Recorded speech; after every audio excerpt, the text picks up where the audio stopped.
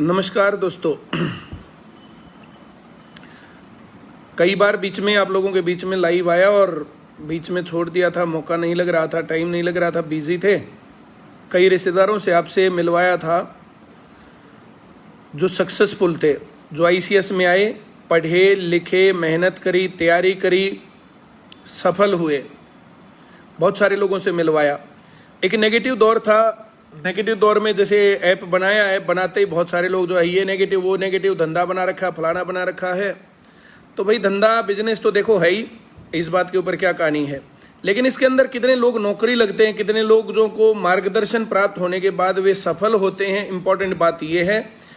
एक कल परसों मैंने पोस्ट डाली, उस पोस्ट के ऊपर जो है किसी ने डाला कि शिक्षा माफिया सक्रिय हो गए हैं।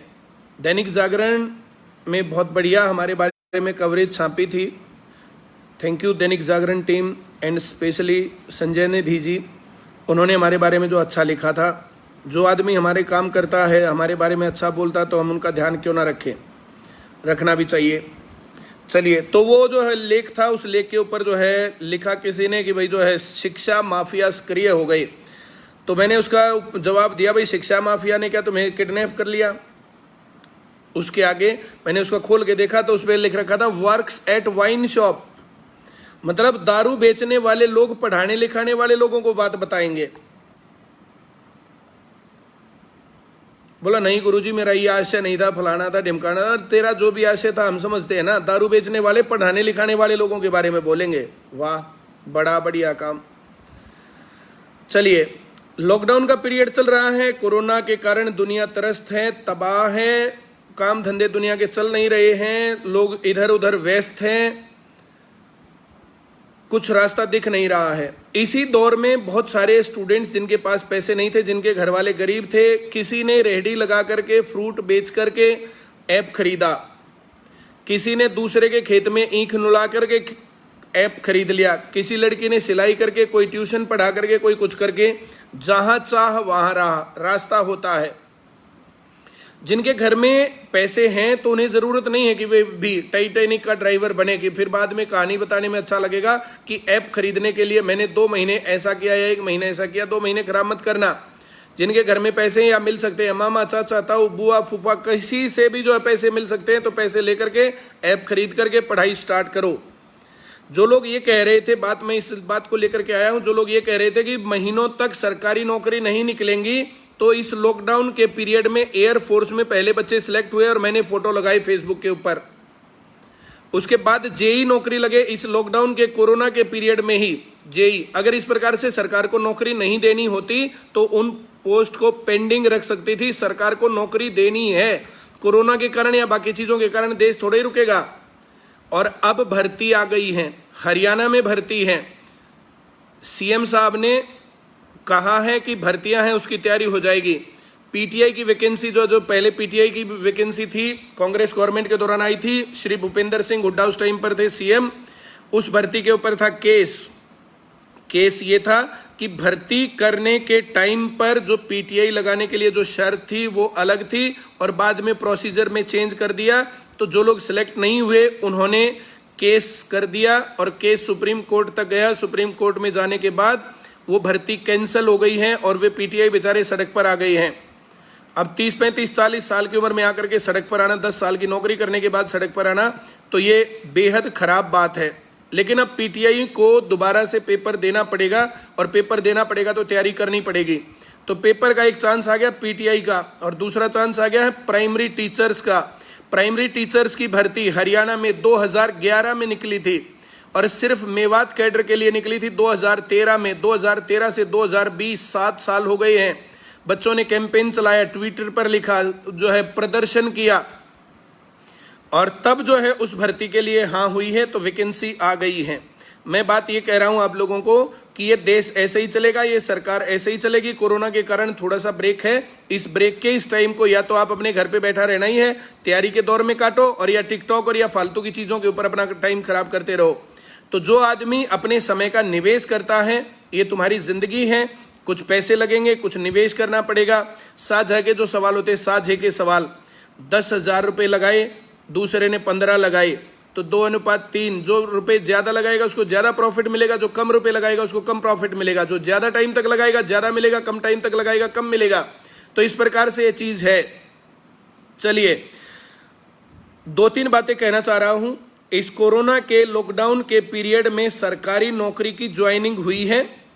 ग्रुप डी जो वेटिंग लिस्ट थी, ये वेटिंग लिस्ट और लंबी चल सकती थी अगर सरकार को ना लगाने होते। इस कोरोना के पीरियड में उनको नौकरी दी गई है। सक्षम हरियाणा के अंदर वैकेंसी आई हुई है, वहां पर नौकरी लग सकती है। तीसरे नंबर पर जेई की वैकेंसी आई थी, वे लगा लिए गए हैं। एयरफोर्स की वैकेंसी थी, वे लोग नौकरी लगा लिए गए हैं। नई वैकेंसी आ गई है, तो ये वैकेंसी वाला काम ऐसे कैसे चलते रहने वाला है। जितने लोग तैयारी कर रहे हैं, जितने लोग नौकरी चाहते हैं, तो उन लोगों को सही रास्ता अपनाना पड़ेगा। और आईसीएस ने जो ऐप बनाया है, उस ऐप के ऊपर जो काम हो रहा है, दैट इज बेस्ट। आज तक का सबसे बढ़िया काम है। क्लास में पढ़ाया, उसका टेस्ट लिया और टेस्ट का तुरंत रिजल्ट भी आ गया, और फिर उसका सॉल्यूशन वीडियो भी। आईसीएस अपनी क्वालिटी के लिए जाना जाता है। इस दौर में जो ये दौर था, लॉकडाउन का दौर, इस दौर में मैंने बहुत सारे सिलेक्टेड कैंडिडेट्स का फोटो लगाया, उनके वीडियोस लगाए, और उन्होंने कहा जो उनके राय हैं। जो लोग सिलेक्टेड कैंडिडेट होते हैं ना, उनको पता है कि ये सिलेक्शन आईसीएस के कारण हुआ, और इसी कारण से वे क्रेडिट देते हैं, ना तो ना दें। इस टाइम पर, जिस टाइम पर दुनिया के पास कुछ भी नहीं है, तो उस टाइम पर आईसीएस ने सैकड़ों सिलेक्टेड लोगों के फोटोज लगाए हैं आप लोगों के मोटिवेशन को बढ़ाने के लिए। और आज मैंने न्यूज़पेपर की कटिंग लगाई आप लोगों के मोटिवेशन को बढ़ाने के लिए। ये किसी दिन जो हरियाणा कलर का पेपर था, हरियाणा पुलिस का पेपर जो पेंडिंग था, हरियाणा कलर का रिजल्ट आ सकता कभी भी। हरियाणा पुलिस का जो पेपर रह गया, पटवारी के और जो बाकी जो पेपर रह गए थे एचएसएससी के, तो वे कभी भी हो सकते हैं। ऐसे ही रीट का, राजस्थान पुलिस का पेंडिंग है, कभी भी हो जाएगा। कब होगा ये हमारे हाथ में नहीं है, लेकिन जब होगा उसमें सिलेक्शन होगा कि नहीं होगा, वो आज की तैयारी के ऊपर डिपेंड करेगा। जो लोग फालतू बकवास करते जा रहे हैं तो मामला दूसरा है, और जो सही तैयारी कर रहे हैं वो दूसरा मामला है। यूट्यूब एक महासागर है, उस महासागर में तैरना एक तो सबको नहीं आता है, दूसरा सही मंजिल पर पहुंचेंगे कि नहीं पहुंचेंगे दूसरी चीज है। तो युवाओं की इस एनर्जी को सही डायरेक्शन देना तो आईसीएस ने पहले भी किया और अब भी कर रहा है। ऐप के ऊपर उनको बहुत सटीक तरीके से पढ़ाया जा रहा है ताकि वे बच्चे सिलेक्ट हों, और पूरे देश भर के स्टूडेंट्स आईसीएस के साथ अब जुड़ रहे हैं, क्योंकि घर से बाहर आना पॉसिबल नहीं है, पर आईसीएस तो पहुंच गया घर घर। हर एक मोबाइल में बच्चे वहां पर पढ़ रहे हैं।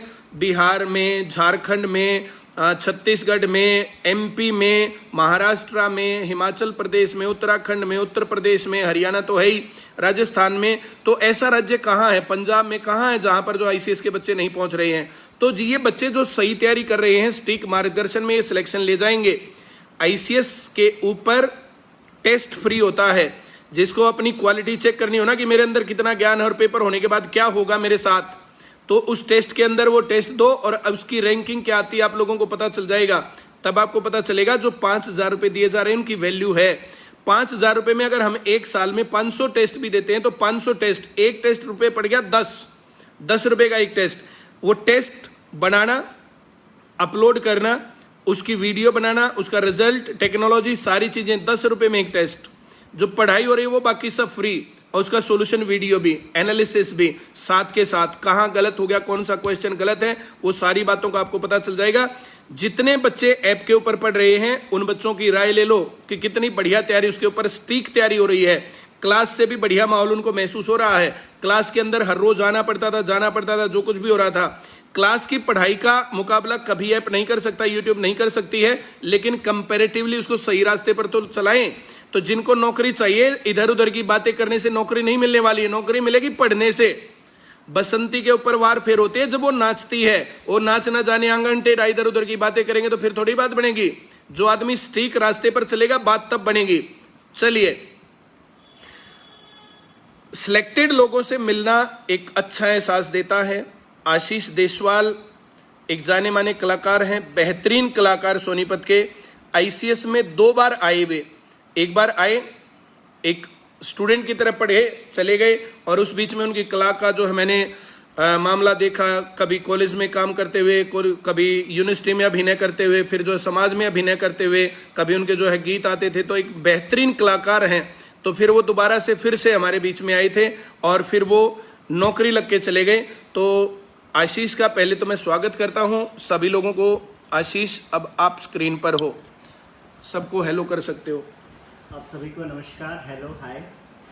मेरा नाम सर ने बता ही दिया है और मैं एक कलाकार हूँ, ये भी बता दिया है। मैं बेसिकली सिंगर हूँ और मैं बचपन से इस कला में हूँ। 6ठी क्लास से मैंने गाना शुरू किया, स्कूल के कंपटीशन, इस तरीके से करते करते करते कॉलेज तक आ गए। और कॉलेज में आने के बाद यूथ फेस्टिवल में मैंने नेशनल अवार्ड भी जीता। और उस टाइम मेरे पास इतनी इनकम हो गई थी कि सरकारी नौकरी में जितनी मिलती है उससे ज़्यादा, मान लो 30,000 सरकारी नौकरी में बात करें, 2014-15 की बात करें, मिलती है, तो मैं करीब 55-60 हज़ार रुपये कमा लेता था। तो मुझे उस टाइम, क्योंकि टीनेज की लगभग एज में था, तो मुझे ये लगता था कि नौकरी से अच्छा मेरा काम है। नौकरी से अच्छा मुझे लगता था कि ये काम मेरा अच्छा है, नौकरी में कम संभावनाएं हैं। लेकिन पढ़ाई नहीं छोड़ी मैंने। अक्सर कलाकार पढ़ाई छोड़ देते, मैंने नहीं छोड़ी, या मेरे घर वालों के संस्कार ऐसे रहे कि मुझे लगाए रखा। फिर 2015 में जब मैं आया यहाँ पे, 14 के लास्ट में पढ़ा और 15 में मेरा सीटेट भी क्लियर हुआ और एसटेट 120 नंबर से क्लियर हुआ। एसटेट के बहुत अच्छे नंबर आए, उसके बीच कोई वैकेंसी नहीं आ रही थी, तो फिर मैंने आना छोड़ दिया, जबकि मुझे आना चाहिए था, लेकिन कुछ बातें समय हमें सिखाता है। तब मैंने आना छोड़ दिया कि वैकेंसी आ नहीं रही, सीट एटेस्टेड मेरे हो गए हैं। फिर तब सर से भी इतनी जानकारी नहीं थी, सिर्फ एक स्टूडेंट था, जैसे हम हज़ारों स्टूडेंट होते हैं उनमें से। बाद में जब मैं आया 2018 के लास्ट में, तो सर मुझे जानते थे और बड़ा अच्छा लगा। सर ने मुझे एक मतलब पर्सनली सर ने समझाया कि कलाकार में और नौकरी में क्या अंतर है। तब मैं एमए कर रहा था, फिर मेरा नेट क्लियर हुआ। नेट क्लियर हुआ, मैं इतना खुश, रात भर मुझे नींद नहीं आई कि मेरा नेट क्लियर हुआ। मैंने आके सुबह सर को बताया कि सर मेरा नेट क्लियर हो गया। तो सर ने ये कहा कि नेट क्लियर होना नौकरी नहीं है। ये पहली बात थी जो मुझे सोचने को मजबूर कर रही थी ना। तो सब ये कह रहे थे, अरे नेट क्लियर कर दिया, नेट क्लियर कर दिया। इन्होंने कहा नेट क्लियर करना नौकरी नहीं है। एक प्रोफेसर लगने के लिए बहुत लंबी लड़ाई होती है, और ये बात मेरे समझ में आई। तभी मैंने, नहीं तो मैं सोच रहा था पीएचडी करूं और उस तरफ चला जाऊं, लेकिन तब मैंने ये विचार छोड़ दिया। उसके बाद मैं पढ़ता रहा लगातार, पेपर दिए और साथ साथ गाता रहा। फिर ये बात आती कि जैसे मैं प्रोग्राम पे जाता, फेसबुक पे डालता, तो सर कहते कि छोड़ दे, त्याग करना ज़रूरी है अगर तेरे को सेटल होना है। तो तब भी बात मैंने ये कहा कि सर आते काम को कैसे छोड़े, तो सर ने कहा कि त्याग करना सीखो, छोड़ना सीखो, तभी मिलेगा।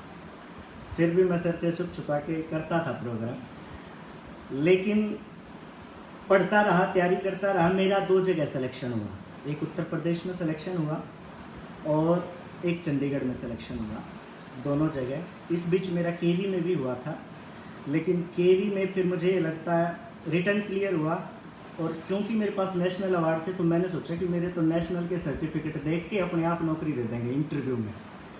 मैं वहाँ गया, मेरे सर्टिफिकेट देख के वो चारों जो बैठे थे पैनल में, तो उन्होंने मुझसे गाने तो सुने और मेरे सर्टिफिकेट भी देखे और तालियां भी बजाई, बोले वाह बेटे, वाह बेटे, वाह बेटे। एक मैडम ने तो ये कह दिया इंटरव्यू में कि आप मत आओ इस नौकरी में, आप कलाकार हो वही रहो। तो उसमें मेरा सिलेक्शन नहीं हुआ। तो यहाँ से मुझे ये बात समझ में आई कि मुझे ये सर्टिफिकेट दिखाने ही, जिन्हें मैं इतने बड़े समझता हूँ कि ये क्या पता क्या है, वो मुझे आगे दिखाने ही। तो वहाँ से लेसन मिला। फिर मेरा उत्तर प्रदेश में हुआ, चंडीगढ़ में हुआ, और साथ साथ मैं अपनी कला को भी चलाता रहा। अब जैसे मैं चंडीगढ़ लगा तो 50,000 वहाँ सैलरी है और लगभग 80,000 लाख रुपए मैं यहाँ कमा रहा हूँ सिंगिंग से। इस दौरान भी मुझे ये लगा कि ये काम इतना बढ़ेगा मेरा, गाने का, सिंगिंग का, मेरे पूरे देश में प्रोग्राम होते हैं।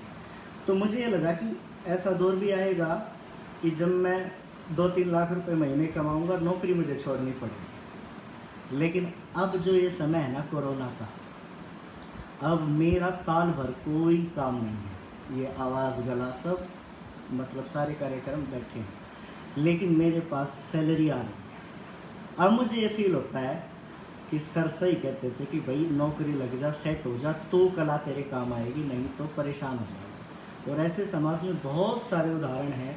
जो नौकरी के साथ कलाकार थे वो तो अच्छे हैं, आज अपना अच्छा स्टेटस है, घर है, गाड़ी है, सब है, लेकिन जो केवल कलाकार थे वो सभी तो नहीं, लेकिन मैक्सिमम थोड़ी सी अच्छी हालात में नहीं है।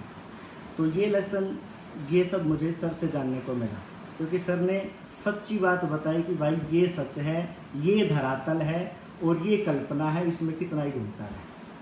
तो यहाँ पर आने के बाद यूँ है कि अगर अब इन दौरान सैलरी ना होती और साल भर क्या 2 साल भी काम ना हो, क्योंकि भीड़ इकट्ठी करनी अलाउ है नहीं, और फंक्शन तो मेरे 2-3 हज़ार की भीड़ के होते हैं, तो मैं इस दौरान मैं खुद डिप्रेशन में चला जाता हूँ। जैसे सुशांत ने सुसाइड किया तो मुझे भी लगा कि मैं भी कुछ इसी अवस्था में होता अगर मेरे पास नौकरी ना होती। इसलिए इन सब के लिए मेरे जीवन में मैं ICS को इसका क्रेडिट देता हूँ, परिमल सर, बबीता मैम, सारे स्टाफ को। और अभी भी मैं आगे भी तैयारी कर रहा हूँ, जैसे हरियाणा में आई हैं, दिल्ली में आती हैं, JRF के लिए भी तैयारी कर रहा हूँ।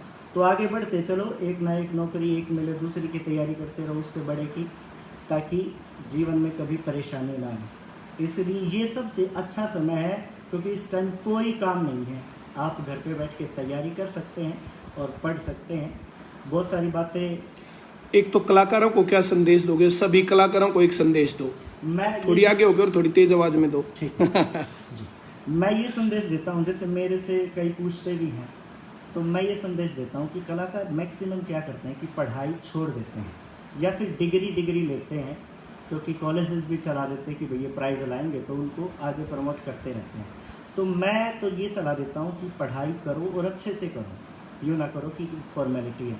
उस टाइम युवावस्था में ये लगता भी है कि भाई कला में इतना मन रमता है कि पढ़ाई की तरफ ध्यान नहीं जाता, लेकिन पढ़ना हमेशा काम आता है। तो इसलिए मैं कला को रखें आप, जो आपका खेलने का समय है उसकी जगह आप अपने टाइम दें और पढ़ते रहें, तैयारी करते रहें, तो जाकर के कला को भी सम्मान मिलेगा, आपकी कलाकारी को भी सम्मान मिलेगा और आपको समाज में भी रिस्पेक्ट मिलेगा। चलिए, आशीष देशवाल से मैंने आप लोगों को मिलवाया।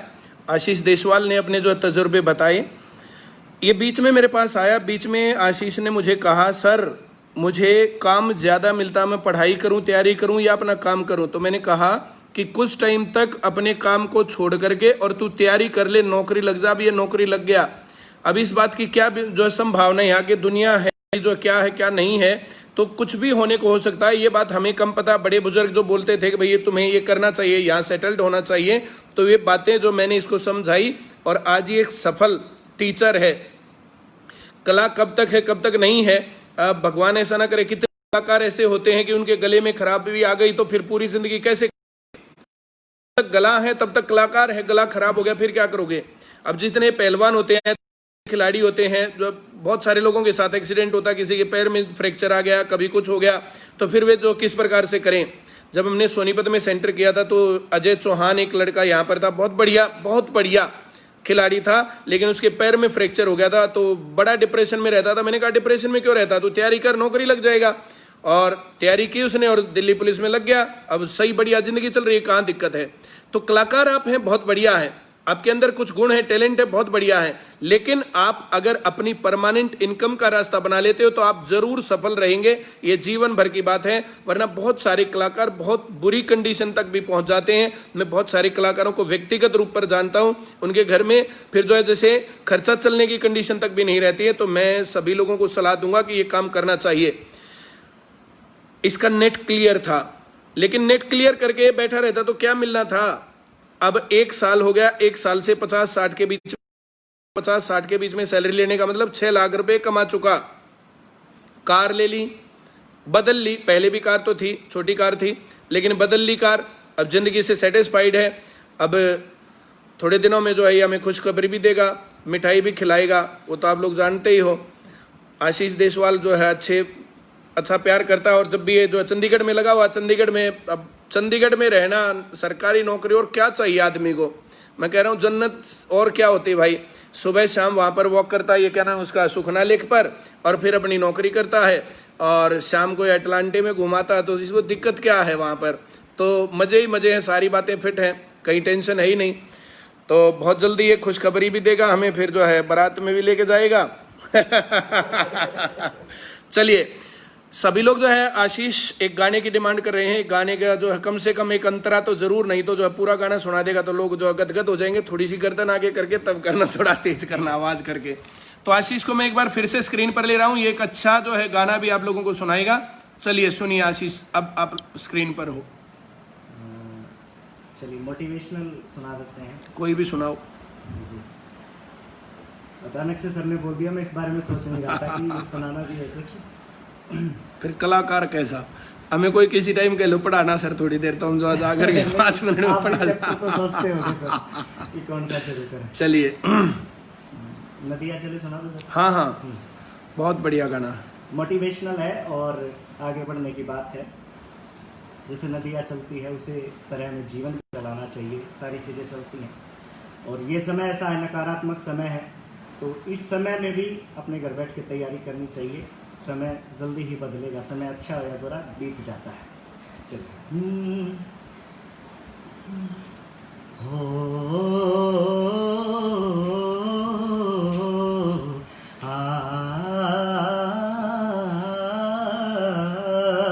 नदिया चले चले रे धारा, चंदा चले चले रे तारा, तुझको चलना होगा, तुझको चलना होगा, तुझको चलना होगा, तुझको चलना होगा। जीवन कहीं भी ठहरता नहीं है, आंधी से तूफान से डरता नहीं है। नाव तो क्या बह जाए किनारा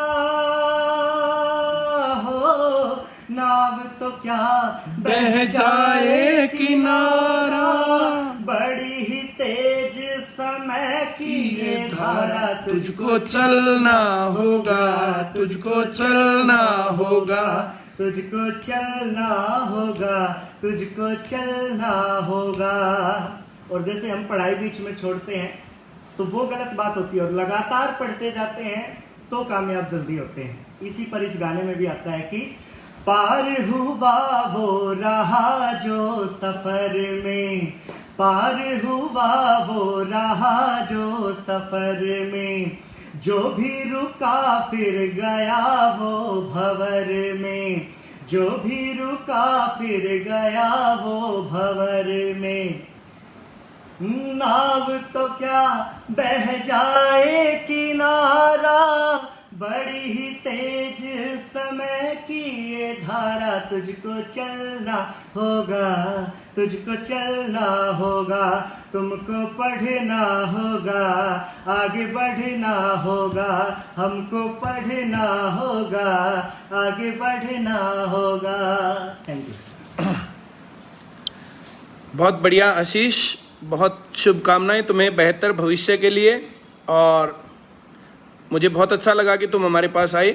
आशीष के साथ मैंने कम से कम 2 घंटे गुफ्तगू भी की है, बातचीत भी की है। और इस प्रकार के जो स्टूडेंट्स हैं, जो है मैंने बताया भी था आप लोगों को, मेरे आज पिताजी की 20वीं बरसी है। तो वैसे तो जीवन में सारी चीज़ें सही है, बिल्कुल सही है, एकमात्र एक कमी बस पिताजी की है, वो पूरी कैसे ही नहीं हो सकती है। लाखों स्टूडेंट्स जो है सक्सेसफुल हैं, बहुत बच्चे जो है फैन हैं, बहुत बच्चे जो है मिलने जुलने वाले, किसी को जो है थोड़ी सी बात बताओ जो है तुरंत से जो है पूरी होने वाली चीज़ें हैं। लेकिन एक कमी, लेकिन आज मैं बड़े फक्र से कह सकता हूँ, मैंने आज तक अपने पिताजी का कभी फोटो नहीं लगाया, कुछ भी बात नहीं की। अब की बार 20 साल उनको पूरे हो गए और ये तो बाई चांस की बात है कि गड़बड़ रह गई, वरना आज के दिन हम जो अब एक बढ़िया प्रोग्राम भी करते और उनको एक ट्रिब्यूट देते, श्रद्धांजलि देते। आज मैं कहने लायक हूँ कि मैंने अपने पिताजी का नाम नीचे नहीं बल्कि ऊपर किया है। चलिए आप सभी लोग हमारे साथ जुड़े, आप ये प्यार बनाए रखते हैं। थैंक यू आशीष एक बार फिर से, और बहुत बहुत शुभकामनाएं बेहतर भविष्य के लिए। आप सभी लोग भी इसी प्रकार से तैयारी करने के लिए जुड़े रहिए, सफलता पाने के लिए जुड़े रहिए। और ICS ऐप इस कोरोना काल में भी आपको एक बेहतर भविष्य की गारंटी दे रहा है। जिस तरीके से हम पढ़ा रहे हैं वैसे पढ़ते रहिए, आपकी नौकरी जरूर लग जाएगी। चलिए बहुत बहुत धन्यवाद, थैंक यू वेरी मच।